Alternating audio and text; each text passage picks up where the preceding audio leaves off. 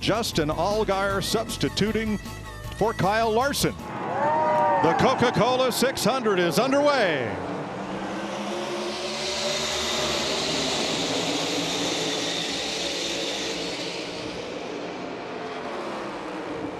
The leader right in front of him, Ty Gibbs. Can he go up here and pass for the lead lap back on his own?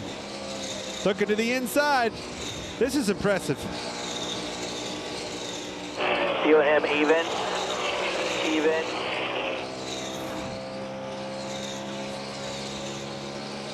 Still there. Two cars just ahead may make it. Well, he might be able to use them as a pick. We'll see. Yeah, and he's got to do it. Yeah, he's got his clear lane. Wow. You don't see that very often. Whoa, careful. Hold on to it. Worst case scenario, those guys door to door racing. So Allgaier back on the lead lap now. Larry?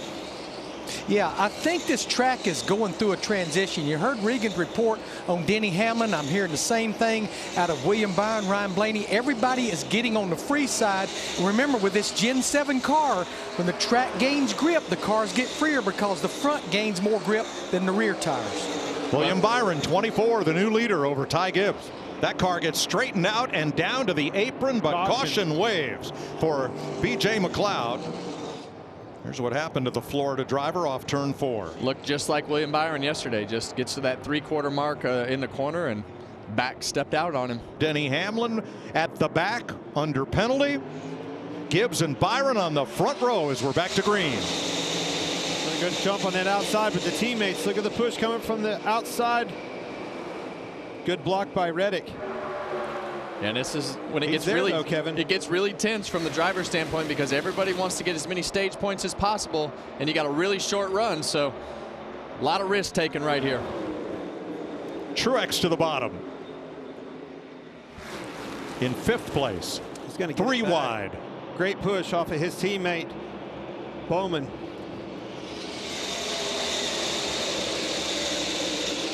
Byron back to the point. Hendrick, Gibbs, Hendrick. At the back of the top 10, McDowell in the 34. Here comes William Byron for his first stage win of the season. Ty Gibbs, Alex Bowman, Christopher Bell, Martin Truex, the top 5. Ready for the restart. The first 4 cars have about 8 green flag laps on their tires. The ones behind them are on new rubber. Here we go.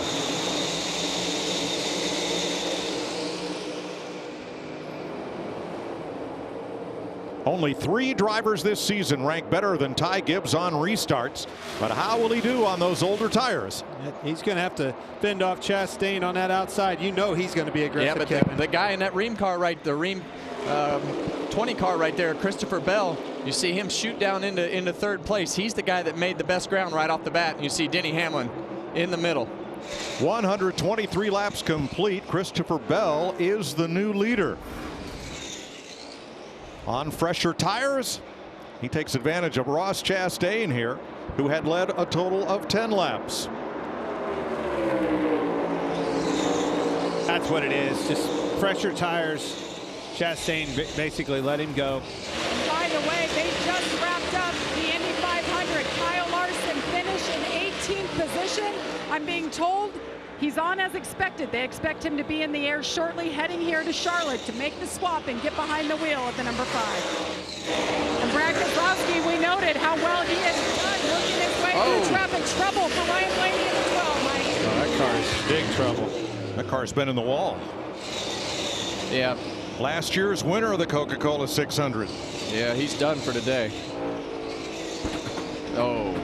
Yep, you hear that wheel break in half. I'm sure it was loose, and he was just trying to do what he could do. And that thing was, the detent was just holding the wheel on. I'm sure that right front tire was moving as you saw that wheel get cut in half. But caution is out at lap 158, and this is the reason why. That is Ryan Blaney's crew unable to push his car off of pit road with the damage there to the right front. Josh Berry, the rookie, on the front row for this restart.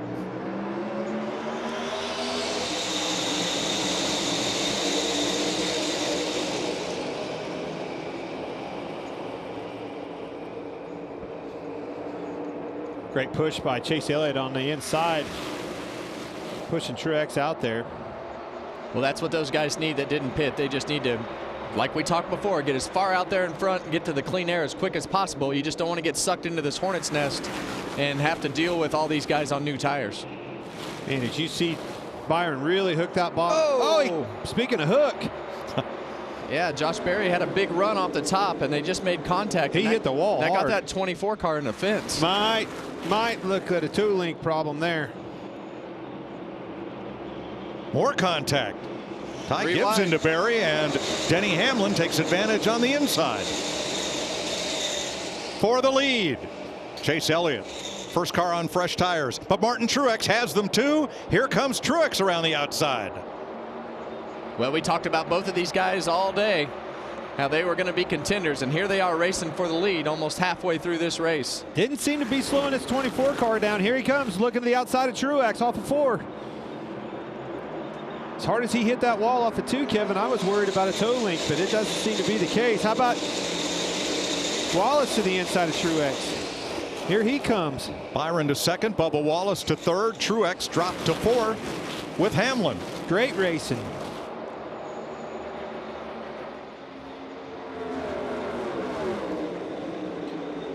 Ty Gibbs trying to bust out of that pack, but here comes Christopher Bell on the bottom, up to 6th place.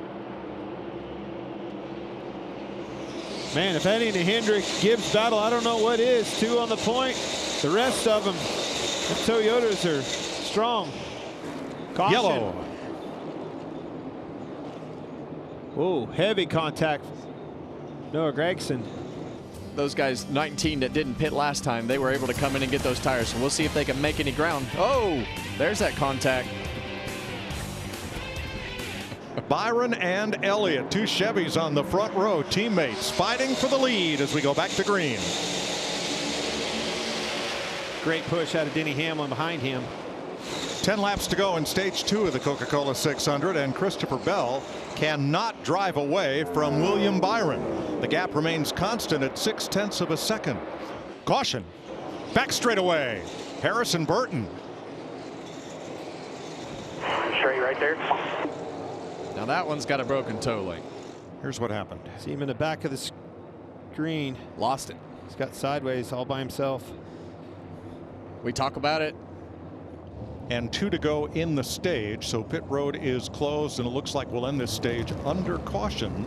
These stalls all tight together all night long. There's been issues of these guys getting in and out, and it continued on this last stop. Well, then go over there, Chris. I think go talk to him. Brother, if I do anything more than I've already done, we're going to fight. You understand? I've done all I can do. That's what I'm going to do next time. You hear me, 17? Park in your box. I will stop on your bumper. We're back to green.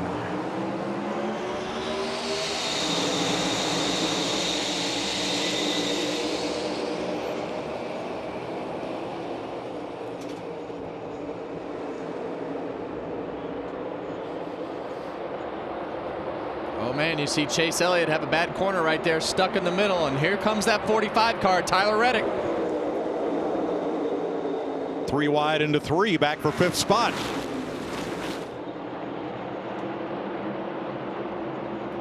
Reddick climbs the hill and leaves with the position. 2 wide for the lead, 2 wide for 3rd.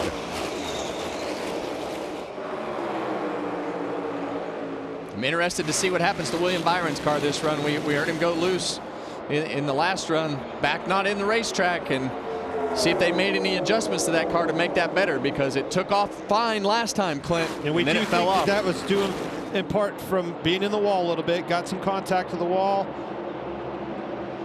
He noted the wheel being off just a little bit, skewed to the right. See if this adjustment helps him out. Those 2 have been the class of field so far, 20 and a 24. Christopher Bell back to the top where he likes to launch off turn number 2, and he yards Byron down the back straightaway. That are here. Turn 2, car on the wall. Oh, Corey LaJoie. And that'll put us under caution. I think it just came out from underneath of him, Kevin. Yeah, well, when you get into turn 1 right there, the car goes over. There's a whole bunch of bumps getting in the corner, and it kind of gets light. And if you get too much speed or hit those bumps wrong, it'll just kind of knock the back out from underneath the car, and that's what happened right Corey there. did a great job keeping it out of the wall, as a matter of fact. Green flag. Keselowski, Reddick up there in third.